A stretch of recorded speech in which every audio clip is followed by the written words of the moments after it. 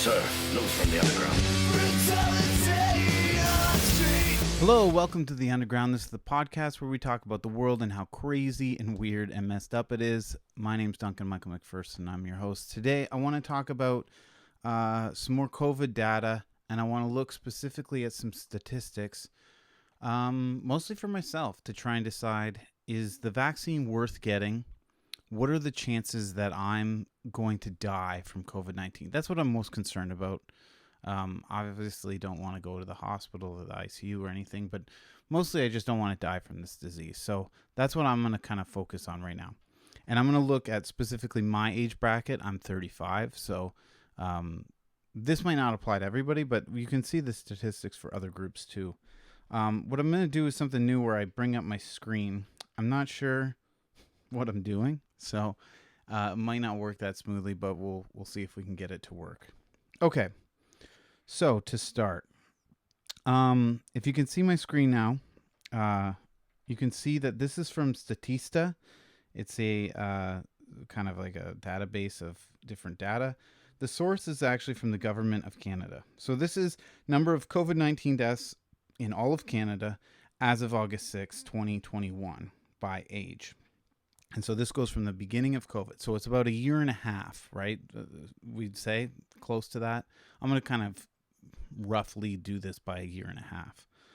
So 148 people in my age bracket's 30 to 39, have died from COVID. Okay. So that's not very high, really, to be honest. Like in a year and a half, 148 people dying is, it's not insignificant. It's something. It's higher than, a lot of other things like the flu. But it is still fairly low. Okay, so what we're going to do is we're going to compare this to other statistics about how people die in my age bracket. Now, I couldn't find 30 to 39 on this website. Is from the government of Canada, Stats Canada. I did from 30 to 34, and then on this page, I did I put it to 35 to 39. So that should cover the same age bracket, right? So let's look at 2018. What was the causes of death? And I'm taking from a different year so that COVID's not an influence on this. So I'm going to go back to 2018. Now, the number one cause of death is accidents or unintentional injuries that cause death. So that's, car accidents, things like that. Work accidents. That's the number one cause of death in my area, which is crazy. I didn't expect that, to be honest. But yeah, so 626 people died in that first age bracket, 30 to 34, and then 620 people died. So that's 1246. So 1246 people died in 1 year compared to COVID, where 148 people died in a year and a half. Now, I did some math. I added about another like half of that, so another 623, and got like 1,869. And anyway, so what I calculated was that, I'm 12 times as likely to die from an accident than I am from COVID. And remember, this COVID data here, most of these 148 deaths, possibly all of them, I don't know for sure because it doesn't say, are before vaccinations. So most of those deaths are before vaccinations were even in the picture. I couldn't find data for just before, like for before vaccinations or for like 1 year. But yeah, so anyway, most of those deaths, if not all of them, would be regardless of vaccination because we didn't have a vaccine until recently. So I'm 12 times more likely to die from an accident. Now let's go back to here.